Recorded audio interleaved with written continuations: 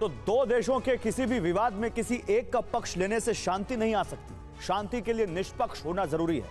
भारत की यही नीति मिडिल ईस्ट में शांति बहाल कर सकती है। यह सच्चाई है कि आज की तारीख में सिर्फ प्रधानमंत्री नरेंद्र मोदी ही हैं जिन पर अमेरिका और इजराइल को भरोसा है, तो ईरान और अरब देशों के नेता भी उनकी सलाह गौर से सुनते हैं। कूटनीति के दो अलग अलग ध्रुवों पर खड़े देशों के बीच पीएम मोदी की विश्वसनीयता क्यों है, यह रिपोर्ट देखिए।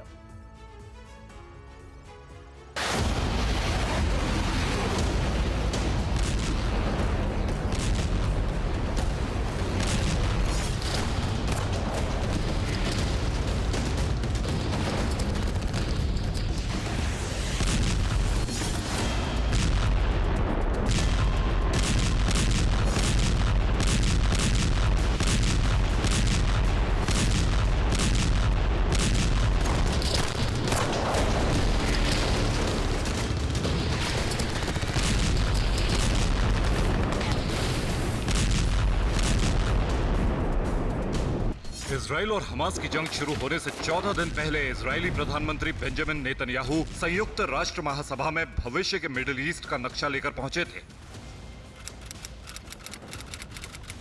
23 सितंबर 2023 संयुक्त राष्ट्र महासभा, New York, America. We'll build a new corridor of peace and prosperity that connects Asia through the UAE, Saudi Arabia, Jordan, Israel to Europe. This is an extraordinary change, a monumental change. Israeli प्रधानमंत्री Netanyahu Asia से middle east होते हुए Europe तक जाने वाले जिस आर्थिक गलियारे को विश्व शांति का नया रास्ता बता रहे थे, वो रास्ता प्रधानमंत्री नरेंद्र मोदी की दूरदर्शी सोच से निकला था। नई दिल्ली में G20 शिखर सम्मेलन के दौरान पीएम मोदी ने एक धरती एक परिवार की अपनी सोच को आगे बढ़ाने के लिए India middle east European union economic corridor का ऐलान किया था। इजराइल को लंबे समय तक अपना दुश्मन मानने वाला सऊदी अरब भी इस समझौते के साथ था। ये पीएम मोदी की बड़ी कूटनीतिक विजय थी।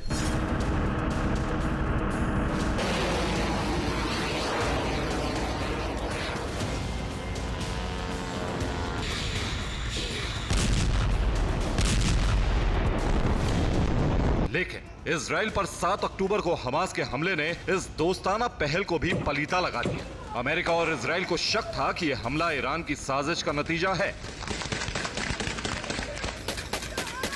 There is an Iranian evil effort to undermine the entire regional situation. Let me remind your viewers, about a month and a half ago or so, 2 months ago, in the G20 summit, where Prime Minister Modi was there, President Joe Biden of the United States announced a special corridor of energy and communications and business and science from Israel all the way down to India through Saudi Arabia and the Gulf and Jordan. An amazing, amazing vision that connects all of us together. But somebody decided that they want to derail this effort of inclusion.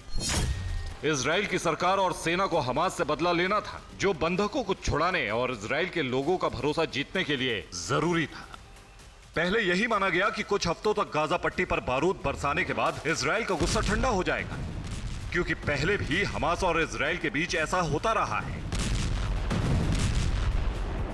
लेकिन Hamas पर हमला होते ही Iran समेत middle east के ज्यादातर देशों ने Israel से हमदर्दी जताने और हमास को लानत भेजने के बजाय इजराइल को ही खलनायक बताना शुरू कर दिए। According to the information that we have, that it is the U.S. that is running this war, that is managing it, and it is a proxy war, and Israel is doing this on behalf of the U.S. But the U.S. is running the war. वहीं America और Europe के ज्यादातर देशों ने भी अपना पक्ष चुन लिया। उन्होंने साफ कहा कि इजराइल को अपनी सुरक्षा के लिए कुछ भी करने का पूरा अधिकार है। इजराइल के समर्थन और विरोध में लामबंद हुए देशों ने तस्वीर का वही पहलू देखा जिसमें उनका फायदा था।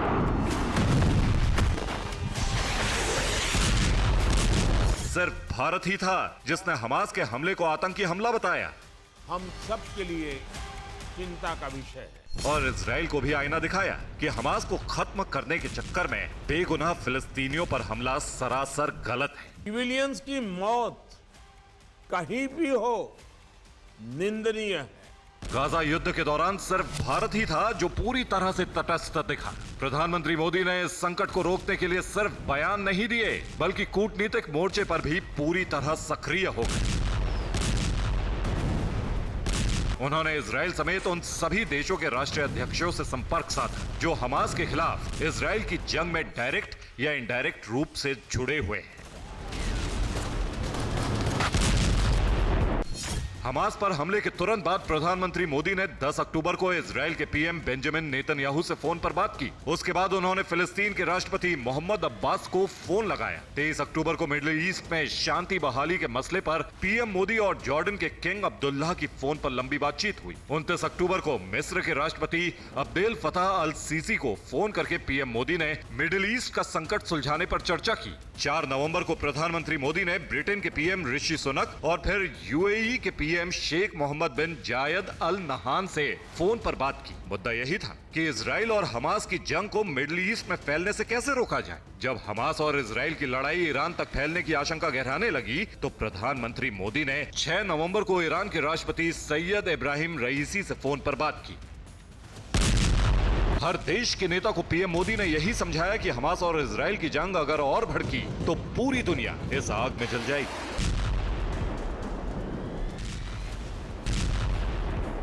सभी देशों के सामने पीएम मोदी ने साफ कर दिया कि भारत का रुख आज भी यही है कि फिलिस्तीन और इजराइल दोनों एक दूसरे का अस्तित्व स्वीकार करें और शांति से रहें।